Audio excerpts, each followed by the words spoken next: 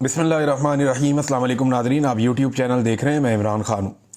حکومت چلانے کے اخراجات میں اضافہ ہو گیا، یعنی جو پاکستان کی حکومت چلتی تھی عمران خان صاحب کے دور حکومت میں، اس وقت جو حکومت چلانے کے اخراجات تھے وہ 547 ارب روپے تھے، اور اب اس وقت وہ اخراجات بڑھ کے 892 ارب روپے ہو گئے، لگ بھگ 900 ارب روپے کے قریب اخراجات بڑھ چکے ہیں۔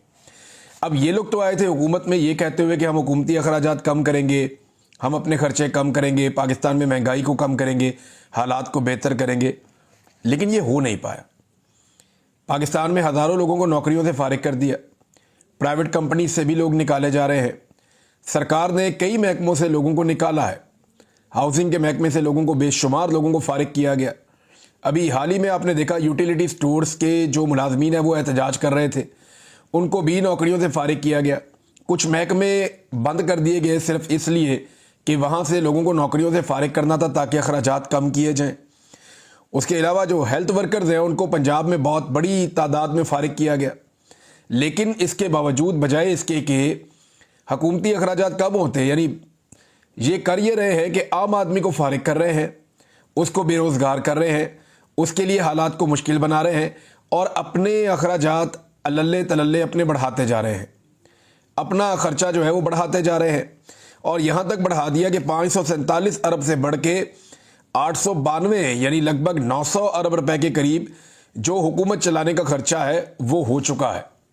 اور یہ سب کچھ وہ حکومت کر رہی ہے جو عوامی درد اپنے دل میں لے کر مبینہ طور پہ آئی تھی، جن کا یہ دعویٰ تھا کہ ہم سارا کچھ آنے کے بعد ٹھیک کر دیں گے۔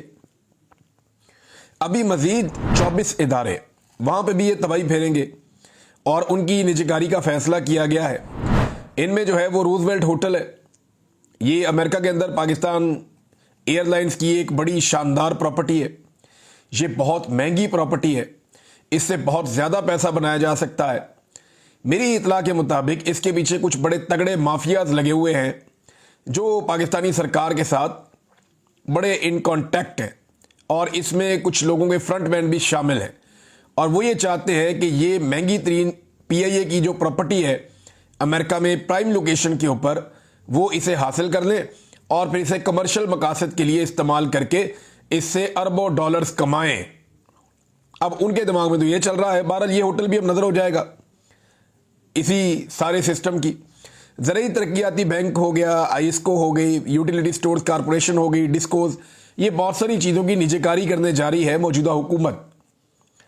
یعنی خرچے کم کرنے کے بجائے خرچے انہوں نے بڑھائے، مہنگائی کم کرنے کی بجائے مہنگائی انہوں نے بڑھائی، بے روزگاری کم کرنے کی بجائے بے روزگاری انہوں نے بڑھائی، غربت کم کرنے کی بجائے آدھا پاکستان غربت کی لکیر سے نیچے انہوں نے دھکیل دیا اور معیشت کی تباہی پھیر دی۔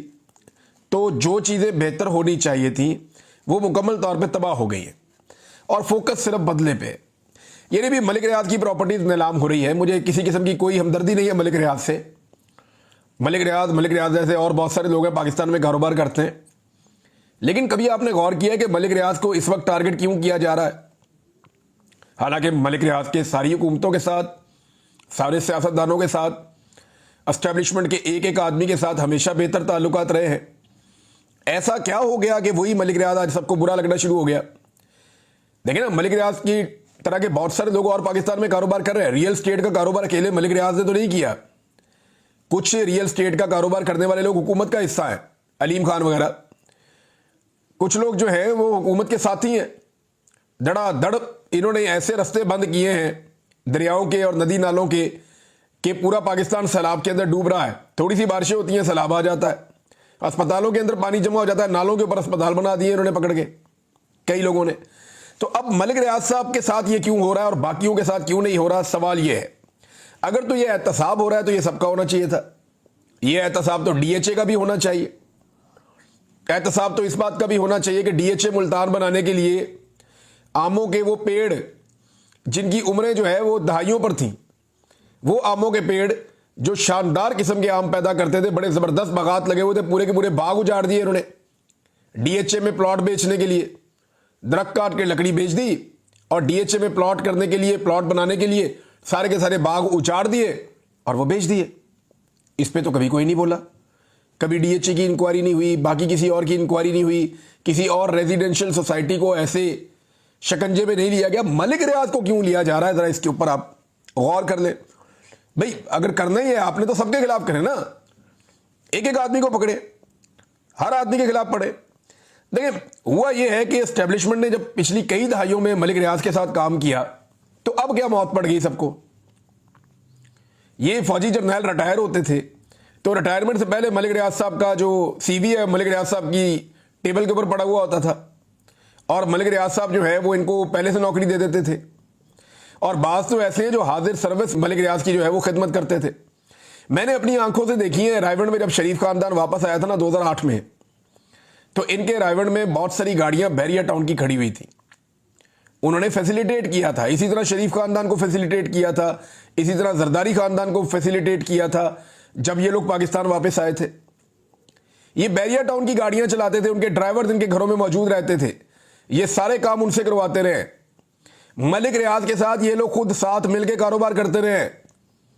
آپ جا کر لاہور میں دیکھیں جہاں پہ اتفاق مل ہوا کرتی تھی, فاؤنڈری, آپ کو یاد ہے نا شریف خاندان کی اتفاق فاؤنڈری ہوتی تھی, پوری کی پوری ٹرین آتی تھی ٹھک کر کے سارا مال اندر, یہ بالکل پٹری کے اوپر انہوں نے بنائی ہوئی تھی. تو وہ جو اتفاق فاؤنڈری ہے وہاں پہ آپ جائیں ذرا لاہور میں دیکھیں وہاں کیا بنا ہوا ہے. وہاں ایک پورا کمرشل ایریا بنا ہوا ہے. جو زمین انڈسٹری کے لیے ایکوائر کی جائے اس کو کمرشل استعمال اس کا نہیں کیا جا سکتا. اس کے باوجود ملک ریاض صاحب کو انہوں نے آگے لگایا اور شریف خاندان نے اس کا سٹیٹس تبدیل کیا, اور وہاں پہ بھی ایک بڑا پروجیکٹ بنایا جس کا پیسہ مبینہ طور پہ شریف خاندان نکال کر لے گیا. اب جناب ملک ریاض صاحب کے ساتھ تو انہوں نے کاروبار بھی کیا ہوا ہے. زرداری صاحب کے بھی اچھے تعلقات, ماضی میں بھی ملک ریاض پہ دباؤ ڈالا تھا کہ زرداری کے خلاف گواہی دے دے, اس نے دی نہیں تھی, اور اب ملک ریاض پہ دباؤ ہوا کہ عمران خان کے خلاف گواہی دے دو. اسٹیبلشمنٹ کو ملک ریاض سے یا ملک ریاض جیسے لوگوں سے کوئی پرابلم نہیں ہے, نہ انہیں ہوتا ہے. بے شمار یہاں پہ لگے پھرتے ہیں پاکستان میں, بے شمار لوگ ایسے ہی کاروبار کر رہے ہیں, بے شمار لوگ بڑھ چڑھ کے کرپشن بھی کر رہے ہیں پاکستان میں. اسٹیبلشمنٹ کو فکر ہی نہیں ہوتی, ہونی بھی نہیں چاہیے. ان کی صرف نظریہ یہ ہے کہ ہمارے مطابق کام کریں سارے, یا ہمارے راستے میں کوئی رکاوٹ نہ بنے, یا ہم جو چاہتے ہیں کام ویسے ہوتا رہے, باقی جو مرضی کرو پاکستان میں آپ کو کھلی چھوٹ ہے. تو اصل میں پرابلم یہ ہے کہ اسٹیبلشمنٹ نے ماضی میں بھی کوشش کی کہ ملک ریاض کو تیار کیا جائے زرداری کے خلاف گواہی کے لیے, وہ نہیں مانا اس وقت, اور اب اسی ملک ریاض کو کہہ رہے ہیں جی عمران خان کے خلاف گواہی دے دو, وہ نہیں مانا. اس کا ایک اصول ہے, وہ کہتا ہے جی میں کسی کے خلاف گواہی نہیں دوں گا, میرے سب کے ساتھ تعلقات ہیں. اب اس بنیاد پہ پاکستان کی موجودہ اسٹیبلشمنٹ اس کی پراپرٹیاں جو ہیں وہ کر رہی ہے نیلام. تو کرو نیلام بھائی, یہ نظام کبھی بھی ٹھیک نہیں ہو سکتا جب تک کہ آپ اس کی جڑ تک نہیں پہنچیں گے, آپ خرابی کو دور نہیں کریں گے. یہ سلیکٹو جسٹس کرتے ہیں, یہ کہتے ہیں جی فلاں بندے کو چننا ہے نا تو سارے رل کے اس کے خلاف ہمارے ساتھ مل کے اس کو پہ جاؤ, اور جو نہیں آئے گا نا وہ بھی ہمارا دشمن ہے. یہ ہے وہ سوچ جس کی وجہ سے یہ ساری کاروائیاں ہوتی ہیں, اور ہم دیکھتے رہتے ہیں. ابھی آج کل بڑے دعوے آپ سن رہے ہیں کہ جناب اسٹیبلشمنٹ کی بڑی نظر ہو گئی ہے کرپشن کے اوپر. بھی تمہارا کیا کام ہے کرپشن سے بھائی, تم ہوتے کون ہو بھائی کرپشن پکڑنے والے؟ آپ کا کام ہے سیکورٹی کا, آپ جا کے سیکورٹی کریں, آپ نے سیکورٹی دینی ہے بس, اور حکومت نے آپ کو کہنا ہے کہ سیکورٹی کا کام کریں. آپ کا کیا کام ہے کرپشن سے؟ کاروبار سارے آپ کرتے ہیں, کرپشن کے معاملات میں آپ پڑ جاتے ہیں, حکومت آپ چلاتے ہیں, حکومت بناتے آپ ہیں, حکومت گراتے آپ ہیں. یہ سارے کام آپ کے کرنے کے نہیں ہیں.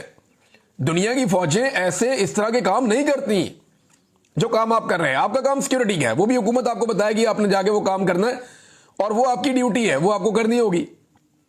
اب ہو یہ رہا ہے کہ پاکستان کے اندر ایک صوبے کو جان بوجھ کر دیوار سے لگایا جا رہا ہے. پنجاب میں کھلی چھوٹ دی ہوئی ہے کہ جو مرضی آپ کریں.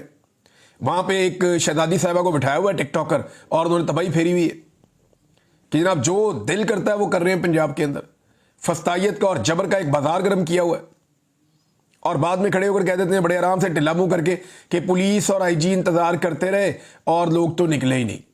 بھئی لوگ نہیں نکلے تو ایک دفعہ مینار پاکستان میں جلسے کی اجازت دے کر دیکھ لیں, اور ذرا تھوڑا سا فری ہینڈ دیں لوگوں کو, پھر دیکھیں مینار پاکستان پہ آپ کو لوگ کیا دکھاتے ہیں. دمادم مست کلندر تقریباً ہزاروں چھاپے مارے لوگوں کے گھروں پہ, لوگ بیچارے گدے تکیے لے کے مسجدوں میں جا کے سوتے رہے گرفتاریوں سے بچنے کے لیے, اور یہ کہہ رہے لوگ نہیں نکلے. لوگوں نے پنجاب میں مار کھانے کے باوجود جرت اور بہادری کی مثال قائم کی ہے اس مرتبہ. کوئی ایک بہت بڑا ایسا اجتماع میڈیا کو نہیں ملا کہ جہاں میڈیا دکھائے جناب یہ دیکھیں پاکستان تحریک انصاف کی عوام نکل آئی. وہ کرنا ہی نہیں تھا. انہوں نے تو جگہ جگہ ریلیاں نکالنی تھی, چھوٹے موٹے احتجاج کرنے تھے. لوگوں کو وہ چارج کر رہے ہیں. وہ اس بڑے ایونٹ کے لیے ایسا لگتا ہے عمران خان صاحب تیاری کر رہے ہیں جب وہ فائنل کھیلیں گے. ابھی تو انہوں نے اسٹیبلشمنٹ کے ساتھ ایک ٹیسٹ میچ ڈالا ہوا ہے. ایک صوبے کے اندر جو ہے وہ کھلی چھوٹ دی ہوئی ہے, پنجاب میں, سندھ میں, اور بلوچستان کے اندر حالات آپ کے سامنے ہیں. وہاں پہ زمین پہ آپ ٹریول ہی نہیں کر سکتے. سیکورٹی فورسز کو ٹریول کرنے سے بہت زیادہ وہاں پہ پریشانی کا سامنا انہیں کرنا پڑتا ہے, بہت سیکورٹی کا بندوبست کرنا پڑتا ہے. جبکہ خیبر پختونخوا کو جان بوجھ کر نہ صرف بدنام کیا جا رہا ہے بلکہ اس کے حالات خراب کیے جا رہے ہیں. یہ بات خیبر پختونخوا کے وزیر اعلیٰ نے بھی کہی ہے. اور 2022 میں رجیم چینج کے بعد تحریک طالبان پاکستان کو لایا گیا خیبر پختونخوا میں بائی ڈیزائن. اور یہ بات جنرل باجوہ کے حوالے سے باقاعدہ کلیم کی گئی کہ جنرل باجوہ نے کہا تھا کہ 3 سال تک طالبان کو اگر ہم رکھیں گے ٹی ٹی پی کو خیبر پختونخوا میں تو پی ٹی آئی تباہ ہو جائے گی.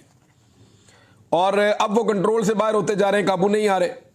بلوچستان کے بھی حالات خراب ہیں. اس میں ڈاکٹر امجد ہیں, ان کا تعلق ہے پاکستان تحریک انصاف سے. یہ بڑا بولڈ بولتے ہیں. انہوں نے اس پہ سوال ایک اٹھایا. انہوں نے کہا جی 10 لاکھ فوج ہے اور یہ 5000 خوارج ہیں.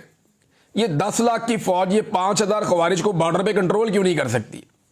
کیسے یہ 200 لوگ بارڈر پار کر کے آتے ہیں, یعنی 200-100 لوگ اکٹھے آ جاتے ہیں بارڈر پار کر کے.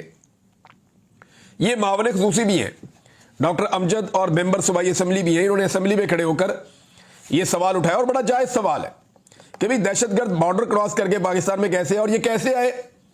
یہ قصہ سارا آپ کو پتا چل جاتا ہے. آپ مراد سعید کا جو ٹویٹر اکاؤنٹ ہے وہ 2022 سے لے کر جون 2022 سے لے کر اب تک آپ وہ سارا پڑھ لیں, آپ کو سمجھ آ جائے گی یہ کھیل ہوا کیا تھا اور یہ دہشت گردی کس ڈیزائن کے تحت کس طریقے سے پاکستان میں لائی گئی ہے اور اس کا مقصد کیا ہے. اب ناظرین, جو ٹک ٹاکر ہیں وہ اب ایک نئی بس انہوں نے متعارف کروائی ہے, الیکٹرک ٹرام, اور یہ کلیم کریں کہ وہ یہ لے کر آئی ہیں. حالانکہ یہ آپ دیکھ لیں اخبارات کے اندر باقاعدہ اشتہارات چھپے تھے, خبریں چھپی تھیں. عثمان بزدار یہ پروجیکٹ 2022 میں لے کر آ رہے تھے پنجاب میں, لیکن 2022 میں پھر عثمان بزدار کی حکومت ختم ہو گئی اور یہ پروجیکٹ رک گیا. اس وقت اس پروجیکٹ کی جو مالیت ہے وہ اب سے تقریباً 30% سے زیادہ کم تھی, یعنی تقریباً کوئی 30 سے 35% اس وقت مالیت بھی کم تھی. اور یہ پروجیکٹ عثمان بزدار لے کر آ رہے تھے اور بڑا اچھا ڈیزائنڈ پروجیکٹ تھا, ہر چیز اس کی ہو چکی تھی. اب وہی فائل اٹھا کے جو ہے وہ رکھی گئی محترمہ کے سامنے اور وہ اب اس کے اوپر ایک بس منگا لی ہے, اس کو پھیر پھیر کے دکھا رہے ہیں اور اس کے اوپر اپنی پبلسٹی کر رہے ہیں. بھئی آپ کی حکومت ہی جعلی ہے, آپ ووٹ لے کر آئے نہیں, لوگوں نے آپ کو خدمت کرنے کا مینڈیٹ ہی نہیں دیا تو آپ خدمت کر ہی نہیں سکتے. آپ جو بھی کریں آپ ہیں ہی جعلی. تو جو جعلی حکومت ہے اس کی ساری کارروائیاں, ساری کارکردگی سب کچھ جعلی ہے. اور جعلی حکومت ہونے کی وجہ سے آج عوام کی جو درگت بنی ہے, مجھے بتائیں بھوکا آدمی اس کو آپ جھولا دیں گے گاڑی میں, وہ پہلے آپ سے کھانا مانگے گا. جو مہنگائی کے ہاتھوں پسا ہوا ہے, جس کے گھر میں بجلی نہیں آ رہی ہے تو وہ بل نہیں دے پا رہا, بے روزگاری ہے, وہ غربت کی لکیر سے نیچے چلا گیا ہے, اس کو آپ جھولا دیں گے. یہ بڑے عجیب و غریب ان کے دیکھیں نا, چینی کے اندر پاکستانیوں کو جتنا چونا لگایا ہے مافیا نے مل کے, اور یہ سارا مافیا سرکار کے اندر بیٹھا ہوا ہے, یہ تو اس کے سامنے مونگ پھلی کا دانہ بھی نہیں ہے جو پاکستانیوں کو ڈال رہے ہیں بسوں کی صورت میں. یعنی آپ یہ سمجھ لیں کہ پاکستانیوں کا خون نچوڑ کے تو بعد میں انہیں ایک ٹافی کھلا دیتے ہیں کہ یہ ٹافی کھاؤ, اس سے آپ میں انرجی آئے گی, تو یہ بٹر ٹافی آپ کھا لیں, اس سے آپ میں انرجی آئے گی, اور ایک بوتل خون نکال لیتے ہیں. تو پاکستانیوں کے ساتھ یہ سلوک اس وقت سرکار کر رہی ہے. یہ منصوبے بھی پچھلی حکومت کے تھے اور بھی دیگر منصوبے تھے. وہ روڈا والا منصوبہ بھی عثمان بزدار کی حکومت کا تھا, کچھ اور منصوبے بھی عثمان بزدار کی حکومت کے تھے. ابھی یہ صرف تختیاں لگانے پہ لگے ہوئے ہیں.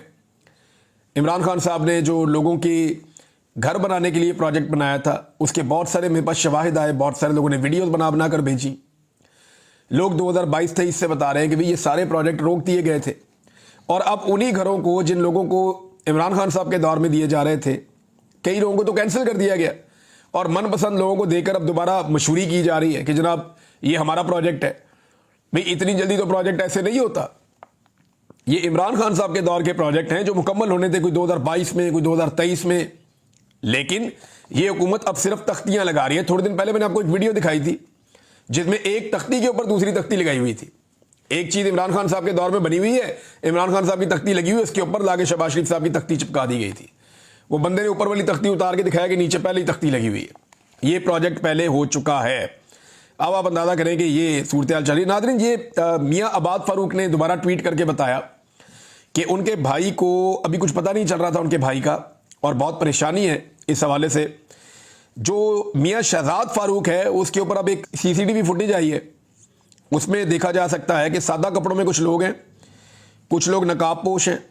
وہ جاتے ہیں اور جا کر میاں شہزاد فاروق پہ بدترین تشدد کرتے ہیں اور اس کو مارتے ہوئے پھر لے جاتے ہیں. اور نقاب پوشوں کے ساتھ وہاں پہ کچھ وردی والے بھی دیکھے گئے, جو یونیفارم والے لوگ ہیں وہ بھی وہاں کھڑے تھے. یہ پاکستان کے اندر ظلم ہے, فسطائیت ہے, اور یہ جبر پاکستان کے اندر چل رہا ہے. کیا ایسے کوئی بھی ملک چل سکتا ہے؟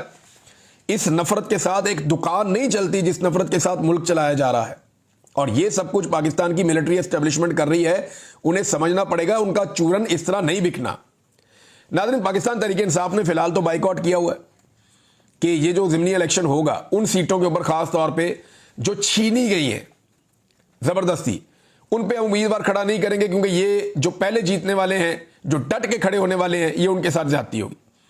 لیکن حماد اگر اپنے والد کی سیٹ سے کھڑے ہوں گے اور وہ الیکشن لڑنے کے لیے انہیں کاغذات جمع بھی کروائے, کیونکہ یہ وہ والا ضمنی الیکشن نہیں ہے جس کو چھینا گیا ہو سیٹ کو. یہ وہ ضمنی الیکشن ہے جو ان کے والد کے انتقال کے بعد ہو رہا ہے, تو اس کی صورتحال مختلف ہے. اب لاہور میں کیسا الیکشن ہوگا مجھے کوئی کہنے کی یا بتانے کی ضرورت نہیں ہے. ہم سبھی جانتے ہیں کہ کیسا الیکشن ہونے جا رہا ہے اور اس کا نتیجہ کیا ہوگا. ناظرین, غزہ میں ہر دفعہ بات کرتا رہتا ہوں غزہ کے بارے میں. ہم سب کو اس پہ بات کرتے رہنے چاہیے اور دنیا میں آواز اٹھانی چاہیے. غزہ میں ظلم ہو رہا ہے, وہاں بچے بھوکے ہیں, اور 28,000 سے زائد بچے اس وقت شدید غذائی قلت کا اور بھوک کا شکار ہیں. روزانہ کئی ایسے لوگ شہید ہو جاتے ہیں جو کھانے کا انتظار کر رہے تھے یا بھوک سے فوت ہو گئے تھے.